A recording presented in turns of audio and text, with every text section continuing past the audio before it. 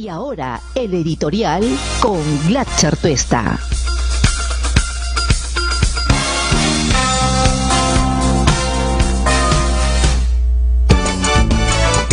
También en el ámbito internacional han habido algunas novedades. Ayer se desarrolló en Brasil, 147 millones de personas fueron a las urnas.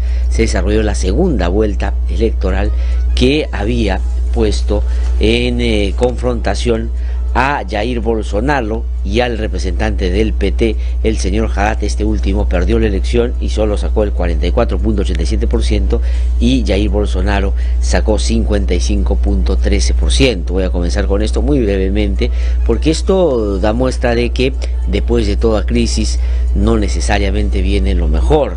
Jair Bolsonaro condensa tal vez los principales problemas y prejuicios y las desgracias que la política ha encarnado en los últimos tiempos, no solo por su planteamiento xenófobo, racista, misógino, sino claramente populista y claramente demagogo, en un país desesperanzado donde la izquierda que gobernó los últimos años decepcionó a la mayoría de quienes optaron por esa línea para que se pudiera derrotar, entre otras cosas, la pobreza y evitar que la corrupción campee y luchar con esta abiertamente, pues terminó abundando en la idea de que más bien esa izquierda ha terminado siendo tremendamente corrupta. Lula da Silva ha terminado preso y todos los que alrededor de él pues estuvieron en el gobierno han aparecido ya en escenas de manera protagónica en actos que tienen que ser repudiados por todos los que queremos que se pueda discutir en términos políticos de izquierda a derecha, con ideas, con mundos y visiones distintas de cómo pueden desarrollarse los países,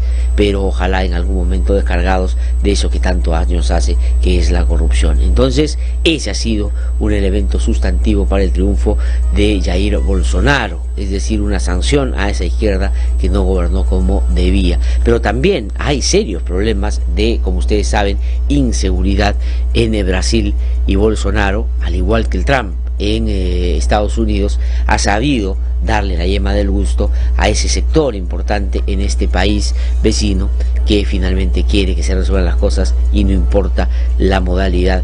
Y no importa inclusive que ésta pueda ser violatoria de los derechos fundamentales y de ninguna manera en el marco del sistema democrático. Pero la desesperanza, la frustración en la política, los altos índices de violencia y la demagogia, el populismo que él ha ofrecido y dice va a llevar a la práctica, pues finalmente han convencido a la mayoría para que ese sea el rumbo que van a tener en los próximos años. Esto es una clara señal de lo que puede pasar en otros países también, y el Perú no puede estar ajeno a esa posibilidad, que sería, la verdad, bastante catastrófica para un país que ha sostenido un sistema democrático con sus dificultades durante ya 18 años y que puede poner en riesgo por este tipo de fundamentalismo. Vamos a hablar de eso más adelante también, para recoger algunas otras impresiones de lo que esto puede significar en términos mucho más concretos. Pero regreso al ámbito nacional, donde la mirada sigue centrada en lo que ha terminado siendo esta larga discusión sobre la posibilidad de la prisión preventiva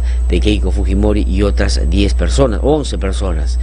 Empezaron porque hay que individualizar los hechos que dan cuenta del vínculo de estas personas con los delitos que se le imputan, y después discutir uno por uno el peligro de fuga o la obstaculización de la justicia que puede generar estando fuera de la cárcel. Se empezó por Keiko Fujimori, que como correspondía era el más largo, y ahí se discutió varios puntos que a mí me parece que son contundentes y aquí ya he comentado.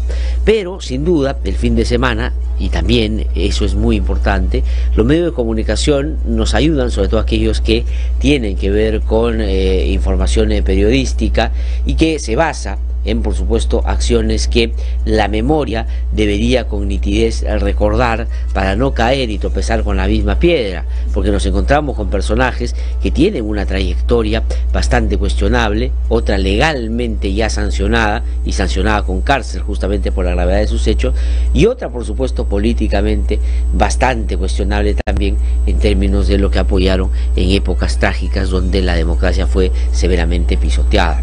Y ayer uno de los que ha centrado el interés de los medios ha sido Vicente Silva Checa, y me parece muy bien, porque este personaje termina siendo central, fundamental, diría yo, en la estrategia de Fuerza Popular.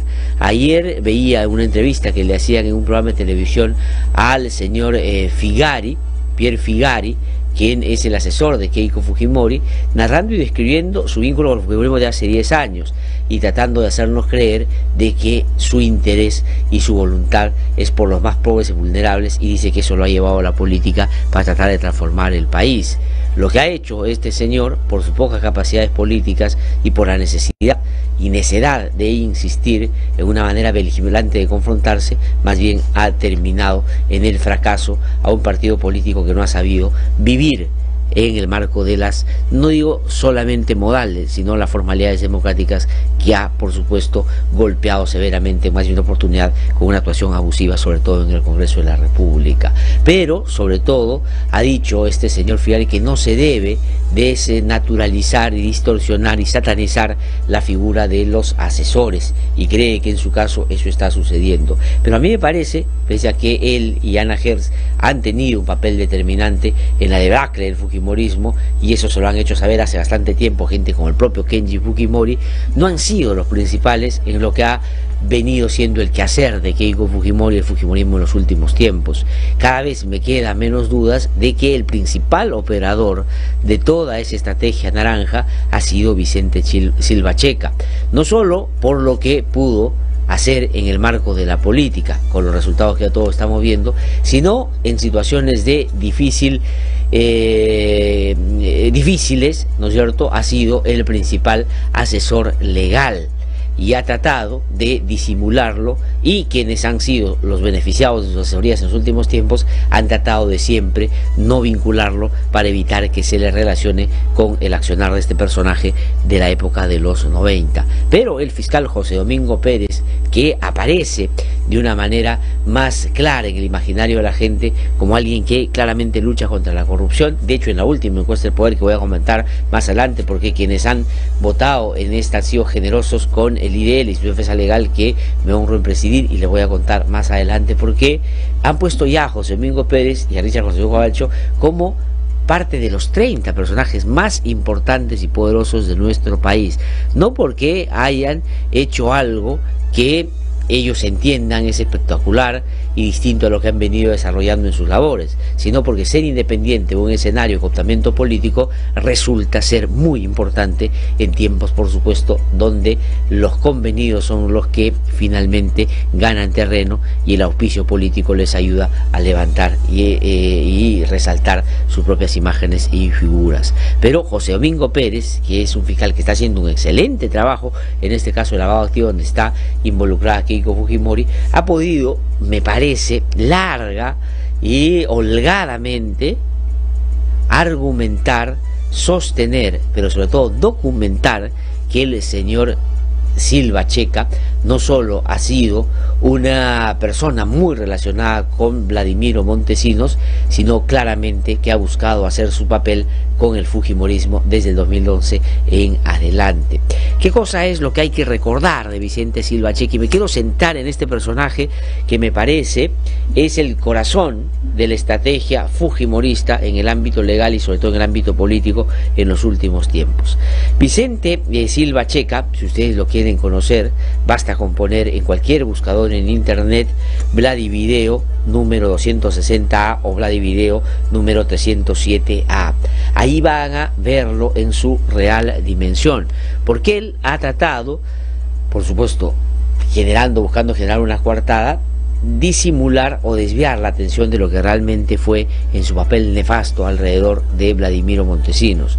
Él ha dicho que fue asesor de Goldenberg, de Yoshiyama, fue convocado para la constituyente, que fue una persona muy consultada en términos legales y políticos, y que en una manera, un bajo perfil, contribuyó abnegada, pero desinteresadamente, a que se pudiera redefinir la política en nuestro país. Esa es la coartada.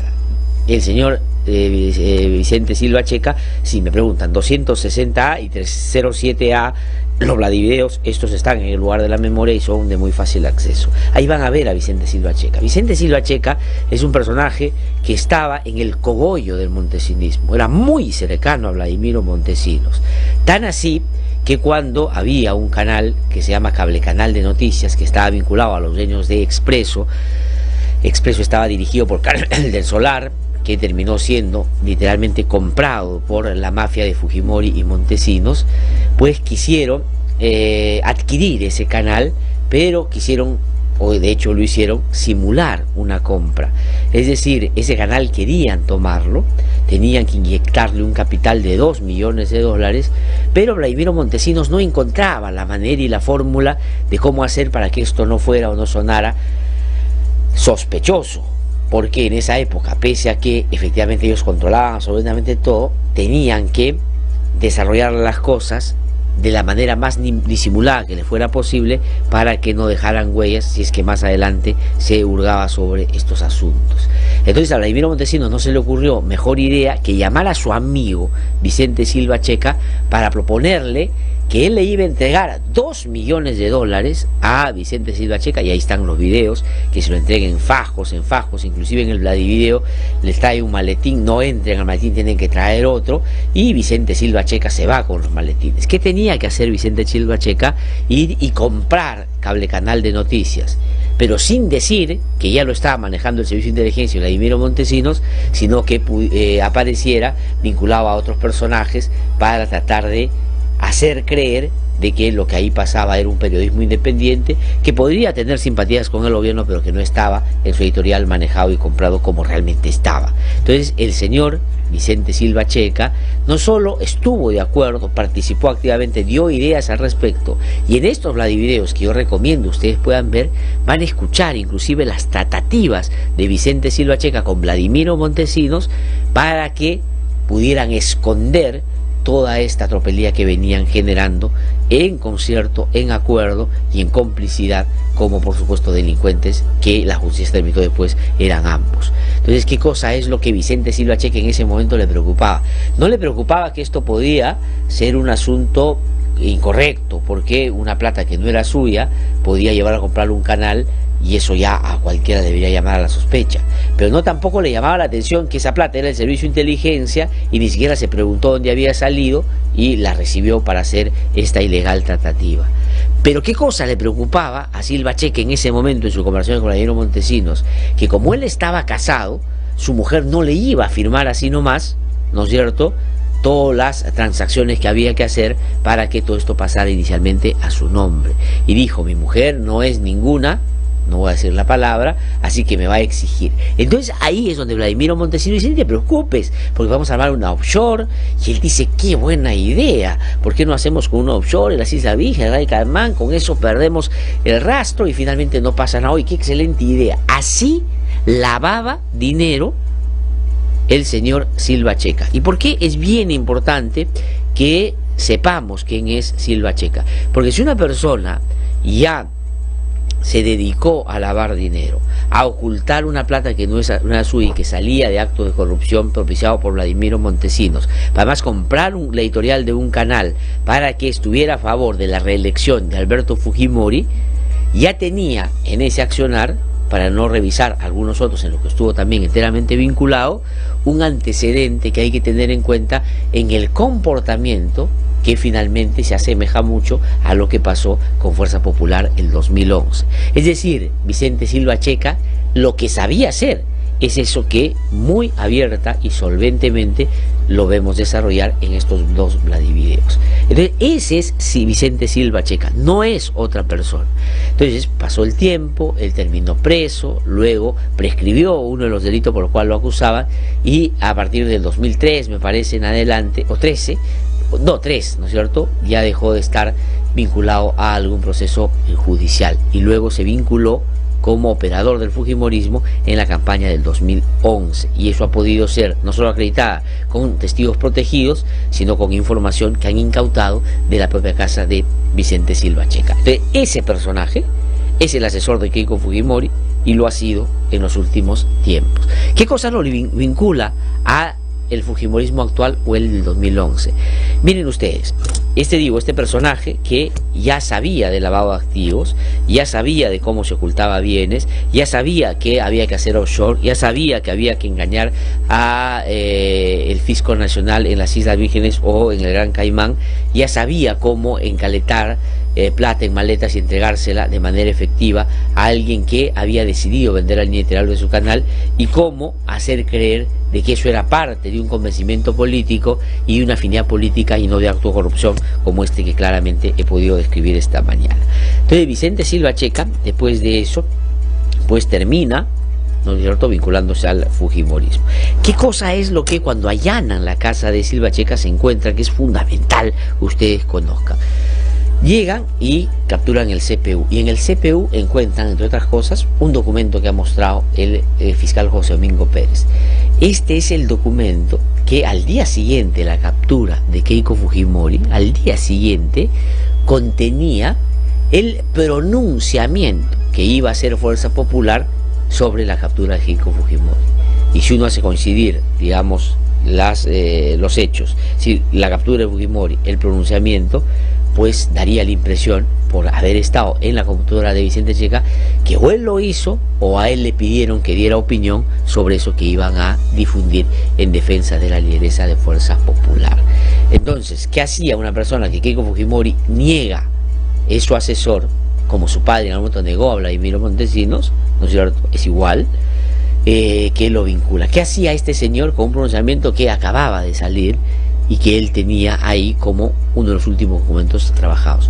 Pero no solo eso, cuando se revisa la documentación que tenía Vicente Silva Checa, se encuentran documentos que claramente se constituyen en la estrategia legal que al pie de la letra están siguiendo la mayoría de los abogados que defienden a los imputados, en este caso de lavado de activos.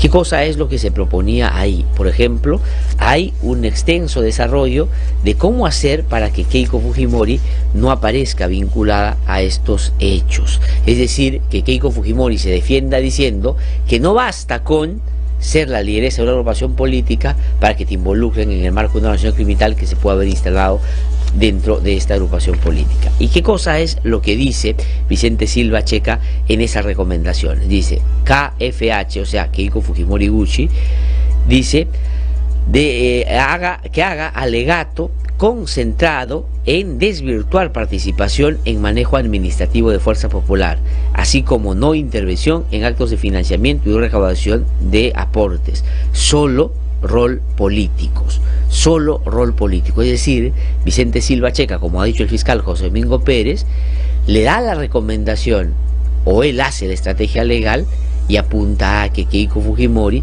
se desvincule y diga, no solo por ser presidente de un partido me pueden relacionar con un hecho que puede haber sucedido, pero tiene responsables menores.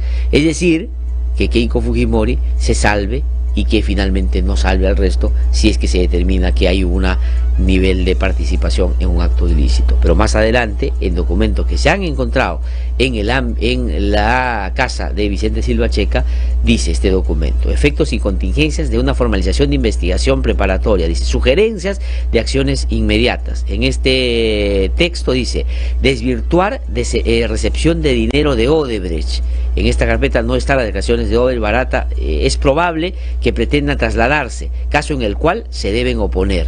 Es decir, sugiere a la defensa de todos los imputados en este caso, y en particular de Suyama Augusto Bedoya, que se diga que como no están los testimonios de Barata, de Odebrecht, de Malmeri y de Miguel, es probable que se traslade y hay que oponerse a ese traslado. Eso lo dice Vicente Silva Checa, pero además dice que hay que precisar la ajenidad al manejo administrativo y las finanzas, que se diga que ellos estaban vinculados solo al quehacer político, programático y no al ámbito de la administración.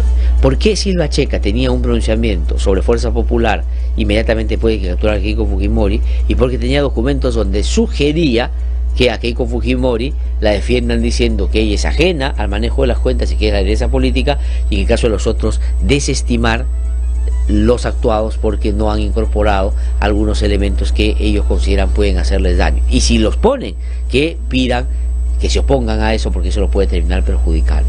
¿Es ese o no alguien que está estrecha o directamente vinculado a la defensa de Keiko Fujimori y de estos personajes que alrededor de ella han venido en Fuerza Popular manejando las cosas a su antojo? Eso lo vincula, pero eso no es todo. Como él ha APRA y el Fujimorismo tienen una vieja alianza, porque la tienen desde la época de que Alan García era presidente de la República, pues han encontrado en la casa de Vicente Silva Checa, y ojo, me concentro en él porque es fundamental en todo este armatoste y me parece central el momento en el que determine la prisión preventiva, que yo creo que hay elementos suficientes para que le den a Keiko y a los otros, ¿no es cierto? ¿Qué otros documentos han encontrado? Han encontrado documentos que vienen de la Comisión Lavallato. Silva Checa ha dicho, no, esto es una empresa que era la supervisora de varias horas que me pidió una opinión para yo poder decirle cuál era su situación. Ya, supongamos que eso sea así, pero ¿qué justifica que el señor Silva Checa tenía documentación sobre el tren eléctrico que claramente, con las sugerencias y anotaciones que él mismo pone, buscaban absolver y dejar sin responsabilidad a Alan García y a sus principales funcionarios que junto con él en la época de su segundo gobierno están inmersos en actos que pueden ser de corrupción? Es decir, el señor Silva Checa estaba abocado a la tarea de limpiar a Alan García para sugerirle a quién que se hagan las cosas de esa manera, a Alan García porque era parte de su defensa, o a la Comisión Lavallato que preside la señora Rosa María Bartra, y que se ha ofuscado y ha dicho que eso es una agresión, el decir que ellos han filtrado este u otro documento, que ellos no filtran nada. Sí, no filtran nada. Miren ustedes cómo ha manejado la comisión y van a darse cuenta que la arbitrariedad ha hecho que ella se mantenga como presidenta y no el sentido común, que por cierto es poco común cuando el fujimorismo desarrolla sus acciones, sobre todo cuando están cargadas de estar en inundación con sus enemigos políticos. Pero ¿por qué es fundamental que usted entienda que Silva Checa quería limpiar a Alan García? Porque ya se ha conocido por Víctor Andrés García Belaúnde, que es parte de la Comisión Lavallato, que una de las recomendaciones que van a salir de este informe que va a presentarse el día miércoles y se va a discutir y presentarse el día miércoles, exculpa a Alan García de cualquier tipo de responsabilidad. Es decir, ¿tiene o no vinculación lo que el señor Silva Checa, ¿no es cierto?, Vicente Silva Checa, argumentaba para favorecer a Alan García, y la Comisión Lavallato, que es la que está investigando supuestamente ese caso, llegue y aborde a la misma conclusión, sobre todo cuando esto ha sido en el análisis de Vicente Silva Checa, con documentos que de una u otra manera salieron de la comisión y le llegaron a este personaje para que pudiera hacer esa defensa? ¿Está o no vinculado? Entonces el señor Silva Checa es fundamental, es central. Pero me olvidé de decir en la estrategia legal que hay párrafos muy desarrollados sobre cómo generar algunos mecanismos para obstruir todas las acciones, sobre todo si Richard Concepción Carhuancho, como para su mala suerte pasó, mirar este caso para poder habilitar la segunda instancia y ahí traerse abajo la sentencia de Richard Concepción Carhuancho. No sé si porque arriba ya la tienen asegurada con los jueces que le van a tocar, o porque creen que pueden pelear y ganar más arriba o arriba en estos casos, pero toda esa estrategia está vinculada. Entonces Silva Checa buscaba absolver a Alan García y a los apristas, y la Comisión Lavallato, según Víctor Andrés García Belaúnde, va a ir en esa dirección. ¿Y por qué el apuro de sacarlo el miércoles de todas maneras? Esto es bien interesante, ¿eh? Van a sacar el informe de la Comisión Lavallato y van a sacar el informe de la Comisión Madre Mía. ¿A quiénes van a atacar en esos informes? Para tratar de sacar de escena lo mal que le está yendo a Keiko Fujimori en su situación penal y por supuesto también en su situación política. A Ollantumala, a Nadine Heredia, a Susana Villarán, a Pedro Pablo Kuczynski, a Alejandro Toledo. Y para que ahí, ¿no es cierto?, nos concentremos y dejemos de ver esos tremendos vínculos que al parecer la cúpula de Fuerza Popular ha tenido con actos que pueden ser ilegales. Entonces todo esto está concatenado, todo esto está vinculado, todo esto es parte de una sola estructura, y ese es el accionar del fujimorismo a través de su principal asesor, Vicente Silva Checa. Esto es bien importante. Cuando se le ha preguntado ayer a Úrsula Letona de por qué, si es que van a priorizar la discusión de la Comisión Lavallato, de la cuestión de la Comisión Madre Mía, ¿por qué no incorporar en esa priorización la situación del señor Chávarri? Y ella ha dicho que, bueno, hay una orden de prelación, además ella no, digamos, ni se inmuta, ¿no? Sigue como si no pasara nada, de que no puede ser posible porque hay como 120 casos y tendrían que pasar todos esos porque no se puede saltar. Si hay voluntad política, se pone a discutir. Lo que van a hacer es discutir aquellos casos que van a desfavorecer, y en algunos casos con razón, a sus enemigos políticos, van a evitar que la situación de Chávarri se vea, y van a tratar de mantenerlo, como ya lo han venido diciendo de manera sostenida en los chats a través de La Botica, para proteger a Chávarri de quien dicen es una cuestión de supervivencia, y eso lo ha dicho la presidenta de la Comisión Lavallato, solamente para una referencia. Entonces eso es lo que va a pasar por estos días. Pero quisiera incorporar otro elemento, ya que mencioné este tema de La Botica. El día de hoy el diario El Comercio publica estos chats o algunos chats adicionales, conversaciones adicionales de esta chat de La Botica, que tenía 19 miembros, y me imagino por lo menos a uno ya lo han sacado después de haber descubierto de quién se trata el que ha estado filtrando esto al Ministerio Público. Pero es bien interesante, porque aquí no solo, y esto es otro elemento fundamental en la argumentación de José Domingo Pérez, la señora Keiko Fujimori no puede argumentar que ella solo veía la cuestión política, porque la manera como vergonzosamente sus congresistas se subordinan a su mandato, y la manera como ella trata de incidir hasta en las cuestiones protocolares, da cuenta de que tiene el manejo y el control de los hechos, tal o cual como su padre lo tuvo en el caso de autoridad inmediata, que fue ya discutida en sede judicial y que en 2 oportunidades ha terminado siendo condenado a 25 años, como todos ustedes ya saben. Pero estos diálogos de La Botica, que son además recientes, porque datan del 28 de septiembre, hace exactamente un mes. En La Botica, acá por ejemplo, están discutiendo sobre la situación de César Hinojosa Pariachi, el hermanito que hoy día está en España y que tanto ha tratado de ayudar a Fuerza Popular, y que después ha terminado escapándose con ayudadita de sus amigos en el Congreso de la República, y lo que han querido desde acá es que ya no regrese, ya no para que los defienda, porque no los puede defender, sino para que no hable todo lo que él conoce, y algunos testigos protegidos han dicho en torno a lo que claramente buscaba obstaculizar la justicia en el caso de Keiko Fujimori y los que están investigados junto a ella.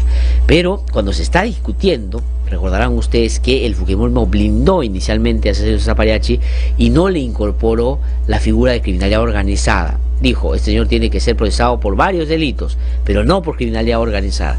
¿Y por qué no por criminalidad organizada? Porque al quitarle esa categoría a César Hinojosa Pariachi, todo lo otro que se ha podido descubrir en torno a una red criminal que estuvo instalada en el sistema de justicia y en otros lados, se caía, porque todo se convertía en actos de corrupción, sí, pero más bilaterales o asuntos más, diría yo, no conectados, y no la actuación de una red. Pero finalmente tuvieron que cambiar el voto porque era ya vergonzoso, y después de que, por cierto, se le llamara la atención de distintos lugares, no solo de la prensa, sino de la ciudadanía.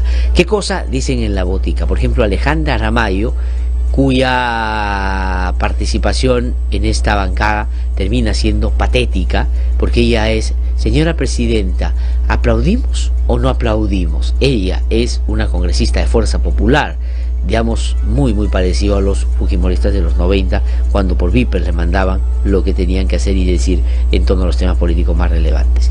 Pero ¿qué cosa es lo que Alejandra Aramayo dice en relación a eso, a tono de queja, por supuesto? Habló Mario, se refiere a Mario Mantilla, que fue vicepresidente de favor del Congreso de la República, él es congresista moqueguano, y dice: habló Mario y fue la oportunidad para que Cheput cambie su voto. ¿Cuándo aprenderán a respetar las decisiones? Se dijo que ya no intervenga. La vocera se acercó y le pidió que ya no intervenga. Ahora solos hemos blindado a Inostroza.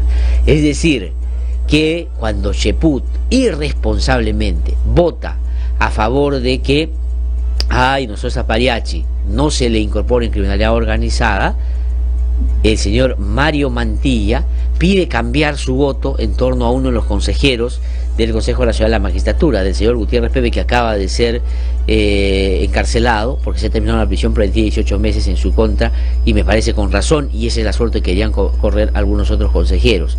Pero él pide que cambie su voto en eso, y entonces Cheput ahí cambia su voto también en torno a esto, y la queja de la señora Aramayo es: ahora solos hemos blindado a Inostroza. ¿Y para qué blindaban a Inostroza, buscaban blindar a Inostroza? Porque era el hermanito que les iba a ayudar en los casos de los cócteles, el hermanito que les iba a ayudar en todo aquello que pudiera perjudicar a Joaquín Ramírez, a Keiko Fujimori y a todos los fujimoristas. ¿A cambio de qué? De que lo sostuvieran políticamente para que pueda llegar a ser el presidente de la Corte Suprema. Ese era el plan, y ese es el plan que se ha cortado, por eso reaccionan como reaccionan. Entonces, eso es, pero en la botica también se habla, por ejemplo, de las propuestas que el presidente de la República llevó para la discusión en el ámbito constitucional y la posibilidad del referéndum. Dice: hoy a las 4:30 de Constitución quiero saber cuál será la línea, dice Héctor Becerril. Yo creo que será importante que una vez terminar con la bicameralidad y la no reelección y haga otra cosa y que el gobierno se vaya al carajo, dice Héctor Becerril, el siempre cultivado congresista de la República, tan representativo de Fuerza Popular por estos días. Ahí está. Pero no solo eso, ¿no es cierto? También, frente a la difusión de algunas conversaciones a través de las fotos que publicó el diario La República, la manera como se expresan de los colegas de La República es realmente decidor en torno a cómo entiende la libertad de expresión el fujimorismo por estos días. Cuando le toman la foto al teléfono de Úrsula Letona y donde se conoce la manera como ellos vienen no solo difundiendo mensajes, sino generando coartadas o acciones para perjudicar al gobierno de Pedro Pablo Kuczynski y después de Vizcarra, pues se refieren en tono, la verdad, bien desagradable. Lo que dice es terrible, este es un juego sucio. Otra vez, dice Leila Chihuán, otra vez han hecho captura de pantalla estos hijos de puta de la República. Así se expresa la señora Leila Chihuán. Pobrecita ella, que no le alcanza el sueldo de congresista para vivir decorosa y decentemente. Esa señora así se expresa de los colegas de la República. Y Úrsula Letona dice: eso es un delito, los periodistas nos persiguen con sus cámaras, esto es demasiado, no podemos permitirlo. Y que dice la muy bien cultivada Leila Chihuán, que pobrecita, he visto que están difundiendo a través de las redes y ojalá colaboren con ella, una apoyada que está haciendo para poder ganar alguito más, ya que el sueldo de congresista no le alcanza. Dice: escribamos todos, los de la República son una mierda. Ese es el fujimorismo en su estado natural. Esos son y esos siempre han sido, y esos son los que ahora quieren mostrarnos una cara distinta, cuando por más que se echen el maquillaje que quieran, siguen siendo exactamente los mismos. Solamente quiero mencionar, y lo dije al inicio, ha sido publicada el día de ayer, en Semana Económica, la encuesta del poder. El presidente de la República es el personaje con más poder en el Perú, lo sigue el presidente del Consejo de Ministros y luego Keiko Fujimori, y así, digamos, creo que a diferencia de lo que pasaba con Ollanta Humala y Nadine Heredia, que aparecían casi juntos pero con aprobaciones no muy altas, pues hoy día claramente el presidente es el que tiene ese poder, además que se sostiene en una legitimidad después de haber, siguiendo el mandato y la acción constitucional, llegado a ser presidente de la República en medio de una renuncia del expresidente Pedro Pablo Kuczynski. Pero se evalúan también varios otros rubros y quiero reconocer y agradecer uno que tiene que ver cuáles son las ONG más poderosas del Perú, y lo voy a hacer rápido porque tampoco se trata de dedicarnos mucho ese tiempo, y quiero agradecer a quienes votaron porque, como dice la propia Semana Económica, dice el Instituto de Defensa Legal, que produce este modesto programa y que me honro en dirigir, el IDL, dice: el Instituto de Defensa Legal defendió su posición en el listado y ocupó el primer lugar por 5º año consecutivo. Agradecemos muchísimo, por supuesto, por esa nominación primero y, por cierto, por la votación que hemos tenido, sobre todo cuando tenemos instituciones como Transparencia, el Instituto de Estudios Peruanos, GRADE y otros que también cumplen un papel fundamental, que están acompañándonos en la lista. Y de los reporteros también aparece con un 10%, nosotros con un 63%, y agradecemos muchísimo ello. ¿Qué cosa significa eso para nosotros? Un aliento a seguir trabajando en esta tarea, donde hay mucho que hacer todavía. Vamos a terminar solamente diciendo o poniendo dos audios muy breves de cómo Víctor Andrés García Belaúnde revela que se blindó a Alan García en la comisión Lavallato. Esto es consecuente, esto dialoga, esto se condice con lo que Vicente Silva Checa había desarrollado como estrategia legal para tratar de ocupar a Alan García en la comisión Lavallato. Y parecería que los consejos de Vicente Silva Checa o la sintonía o la telepatía han hecho que la comisión presidida por Rosa Bartra va abordado a la misma conclusión. Eso es lo que ha dicho ayer Víctor Andrés García Belaúnde. Todo el tema del tren eléctrico y también el tema de Olmos fue una cosa parecida. Se libraba responsabilidad de la señora García de casi todo. Nosotros dijimos que no, que había indicios para incluirlo dentro de las conclusiones y claro, eso se sometió a votación. En la votación fue 3-2.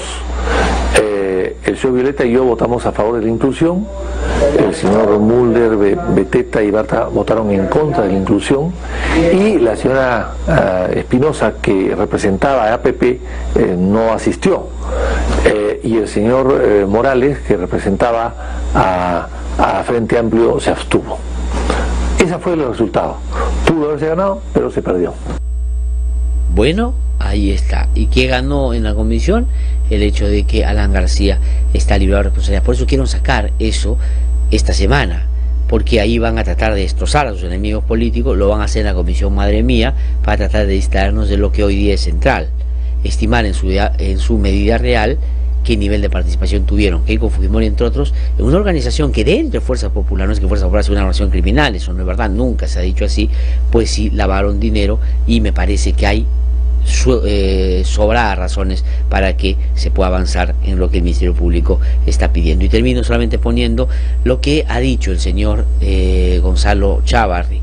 Ese señor que dice Rosa María Bartra en uno de los chats de La Botica, es una cuestión de supervivencia defenderlo. Sí, ese señor que van a priorizar la comisión Lavallato, van a priorizar la comisión Madre Mía, van a priorizar otras cosas, pero cuando le preguntan a Ursula Letona, ¿y por qué no priorizan lo del señor Chávarri para discutir de una vez si hay 3 denuncias constitucionales que no han sido vistas?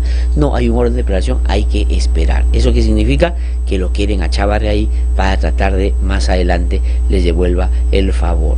El otro día publicó el Diario del Comercio una conversación entre Chávarri y el señor Inostroza Pariachi, donde claramente están buscando una reunión con el entonces presidente del Consejo de la Magistratura, el señor Orlando Velázquez. Pero ¿cuál es la particularidad? No solo el hecho es ilegal de que se reúnan a conversar, más aún si es que el señor Chávarri estaba en su proceso de ratificación. Eso es falta grave para el consejero y es claramente un tráfico de influencia para el fiscal de la Nación.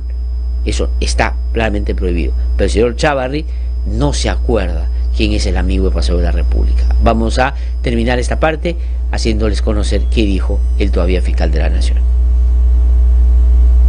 Ese audio es un audio que no dice nada. ¿Quién es el amigo del Paseo de la República que menciona? Miren, yo recibo de conversaciones a diario. No sé, no recuerdo esa pero de la... ¿Cómo? ¿No recuerda esa? No. ¿Cuál interés tenía entonces Nosotros hemos sido directivos de la Academia de la Magistratura y constantemente él llamaba, no solamente él, sino varias personas para efectuar muchas reuniones, pero todo de tipo académico. Él no me puede citar porque es mi inferior. De la audiencia sí tengo conocimiento, pero yo por mi jerarquía, él no me puede citar a mí. Respecto a los chats, donde dice que lo van a blindar los congresistas de Fuerza Popular. Bueno, son cuestiones ya que yo no puedo analizar. Pregúntenles a ellos si me van a blindar o no, pero yo cumplo con mi trabajo. Pregúntenle a ellos si me van a blindar o no, dice, pero ya lo dijeron en La Botica, si una cuestión de evidencia lo van a blindar de todas maneras. Por eso la tranquilidad del señor Chávarri. Y sobre el otro dice que no se acuerda quién es el amigo del Paseo de la República. El CNM está en el Paseo de la República y estaban hablando de eso porque está en medio de su proceso de ratificación. Y sobre el otro es una mentira, dice que el fiscal José Domingo Pérez no lo puede interrogar por una cuestión de jerarquía. Si el fiscal Hamilton Castro pudo entrevistar al presidente de la República, que es, digamos, el principal mandatario de la Nación, ¿por qué no puede al fiscal de la Nación? El fiscal de la Nación sí tiene algunas prerrogativas, por ejemplo, tiene que citar, decir en dónde, el lugar, la modalidad y todo, pero no es que puede dejar de dar la información que requiere el fiscal José Domingo Pérez. Son las 7:41, voy a una pausa, regreso en un instante, y cuando regrese, converso con Hernán Chaparro, quien, como ustedes saben, ahora está en el Instituto de Estudios Peruanos y desde ahí nos ha hecho el día de ayer y hoy entrega sobre una encuesta que acaban de hacer que marca un poco las discusiones de esta semana. Ya regreso. Hemos presentado el editorial con Glatzer Tuesta.